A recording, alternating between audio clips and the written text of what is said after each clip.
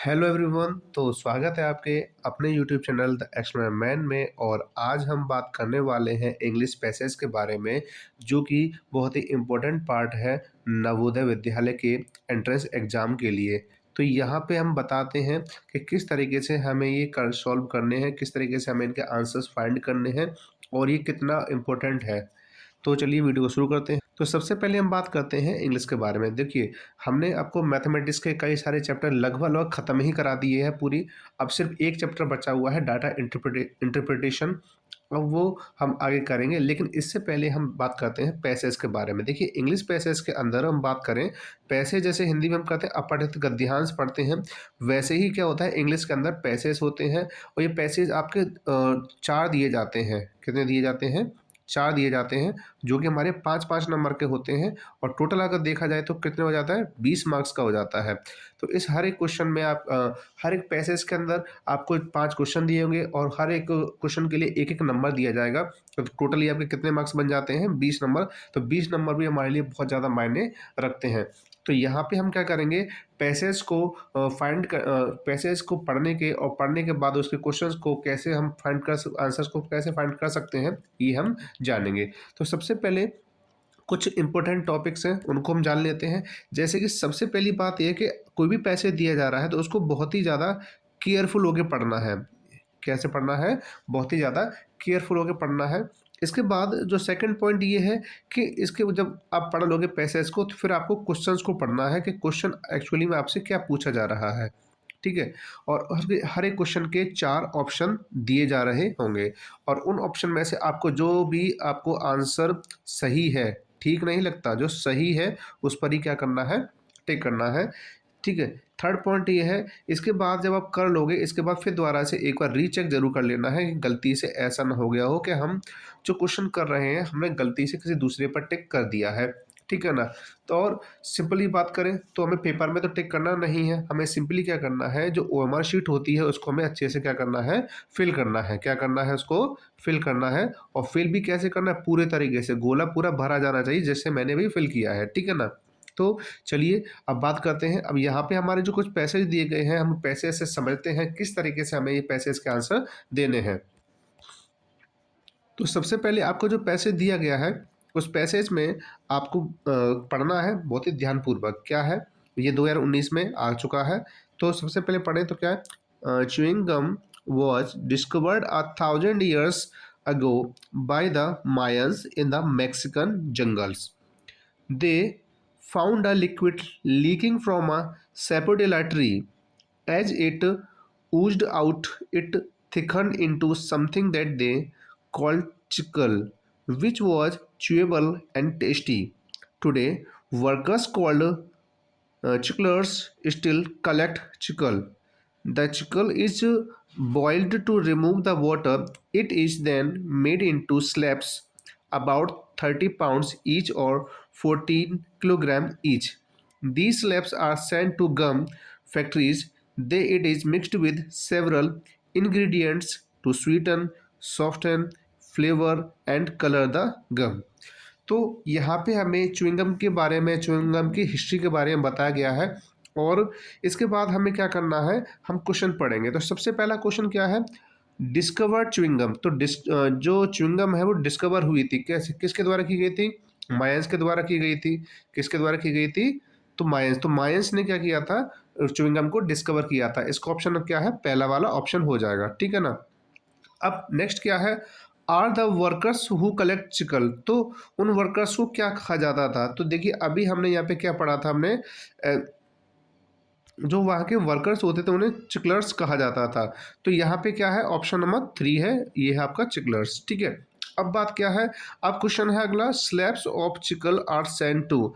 तो कहाँ भेजे जाते थे स्लैब्स के? जो चिकल के जो स्लैब्स होते थे उनको कहाँ भेजा जाता था? रिसाइकलिंग सेंटर्स में, गम फैक्ट्रीज के अंदर, मैक्सिकन जंगल के अंदर या कैंडी स्टोर्स के अंदर। तो सिंपल सी बात है, अभी हमने क्या पढ़ा था कि हर एक चीज, ये जो स्लैब बन जाता है तो उसको कहाँ भेजा जाता है? गम फैक्ट्रीज के अंदर। तो ये किस में? आपके ऑप्शन नंबर बी में दे रखा है। तो देखिए किस तरीके से हम इस क्वेश्चन के आंसर्स को दे पा रहे हैं, वो भी एग्जैक्टली, क्योंकि हमने पैसेज को बहुत ही केयरफुल होके पढ़ा है। नेक्स्ट क्या है? नेक्स्ट है several ingredients are added to chicken to do of the following expect to it. तो इसको हम क्या करने के लिए इंग्रेडिएंट्स मिलाते थे? सॉफ्ट करने के लिए, फ्लेवर डालने के लिए, थिकन करने के लिए, या स्वीट करने के लिए। तो यहाँ पे सॉफ्ट करने के लिए भी डाले जाते थे, फ्लेवर के लिए भी डाले जाते थे, और स्वीट करने के लिए भी डाले जाते थे। लेकिन यहाँ पूछा गया फॉलो एक्सेप्ट टू। एक्सेप्ट का मतलब क्या? छोड़ देना है, उस ऑप्शन को हटा देना है। तो देखिए, थिकन करने के लिए नहीं डालते थे उसमें, बाकी तीनों के लिए हम डाल देते, तो इसका ऑप्शन क्या हो जाएगा? 3 हो जाएगा। नेक्स्ट आपका a suitable title for the passage will be. तो यानी कि इस पैसेज का एक सूटेबल टाइटल क्या होगा? तो इसमें क्या ऑप्शन दे रखा है? The gum, the chiclero, the story of chiclero, the story of chewing gum. तो भाई सबसे बड़ी बात है कि यहाँ पे हिस्ट्री जो बताई गई है वो च्युइंगम की बताई गई है।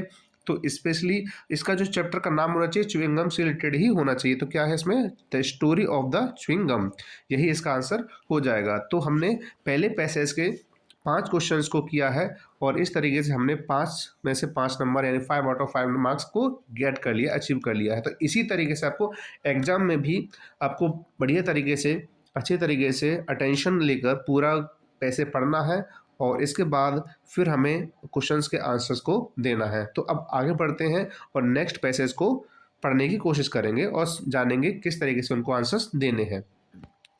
हमारा ये नेक्स्ट पैसेज है जिसमें हम पढ़ेंगे, India is a land of pilgrims and pilgrimage. These Holi places, whether in the hills or in the plains, are generally situated on rivers, river banks, or by the sea. It is not only the religious people who visit these places of pilgrimages, but also travelers and sightseers from all over India and abroad.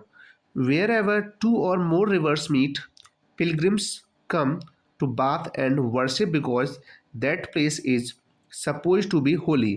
One such place is Haridwar, which is situated on the bank of river. तो यहाँ पे हमने जो बात हो रही है India के रिलीजियस प्लेसेस के बारे में, धार्मिक स्थल के बारे में बात हो रही है। दूसरा पॉइंट ये कि जब आप पैसेज को पढ़ रहे हो तो आपको ध्यान से पढ़ना है, आपको समझना है, क्योंकि वहाँ पे कोई अवेलेबल नहीं होगा जो आपको इसका हिंदी मीन्स बताएगा। आपको खुद ही उन चीज़ों को करना है, ठीक है ना। तो अब हम क्या करेंगे? अब हम क्वेश्चंस को पढ़ेंगे। Holy places are visited by religious people, sightseers as well as. यानी कि जो होली प्लेसेस होते हैं वहाँ पे सिर्फ धार्मिक लोग ही नहीं आते, वहाँ पे साइटसीयर्स ही नहीं आते, बल्कि ट्रैवलर्स भी आते हैं। जैसे कि अभी हमने यहाँ पढ़ा था, ये है ट्रैवलर्स, ठीक है ना। अब वो ये कह रहा है कि which one of the following सिनोनियम of the word generally. यानी जनरली जो वर्ड है उसका सिनोनियम क्या होगा? देखो, सिनोनियम जो जनरली होता है उसका मीन्स होता है सामान्यतः, साधारण रूप से। तो यूजुअली भी एक ऐसा वर्ड है जिसका मीन्स होता है सामान्यतः, यानी कि साधारण रूप से। अब नेक्स्ट क्वेश्चन क्या है? नेक्स्ट क्वेश्चन है, the place is considered holy where two और more rivers meet. Here the antonym of the word holy is. तो यहाँ बताना है कि इस पूरे पैसेज के अंदर होली वर्ड का जो बात की गई है, उस होली का एंटोनियम क्या होता है।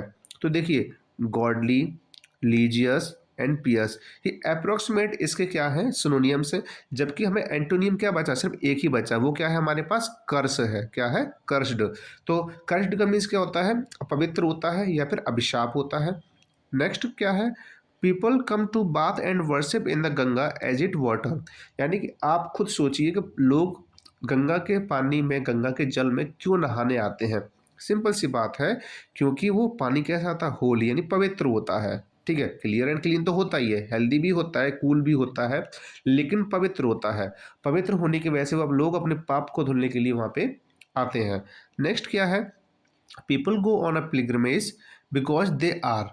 पीपल जो लोग हैं वो पिलग्रिमेज यानी कि धार्मिक स्थलों पर जाते हैं। क्यों जाते हैं बताइए?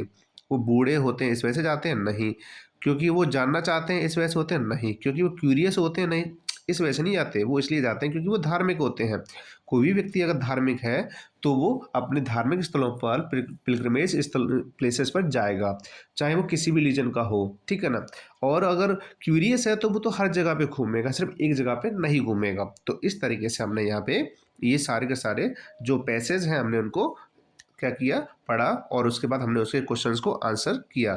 तो यहाँ भी हमने क्या किया, 5 आउट ऑफ 5 आंसर नंबर्स को हमने गेट कर लिया। और मुझे आशा है कि आप भी इसके लिए बहुत ही ज़्यादा उत्सुक होंगे कि आप भी 20 आउट ऑफ 20 मार्क्स लेकर आएँ, और मैं ये चाहता हूँ कि आप ऐसा करें। तो इसलिए आप बहुत अच्छे से मेहनत करें, पढ़ें, और आगे आपके लिए हम इसी टाइप से और भी पैसेज लेकर आएँगे जिससे कि आपकी बहुत अच्छी प्रैक्टिस हो जाए। तो मिलते हैं नेक्स्ट वीडियो में, तब तक के लिए स्वस्थ रहें और पढ़ते रहें।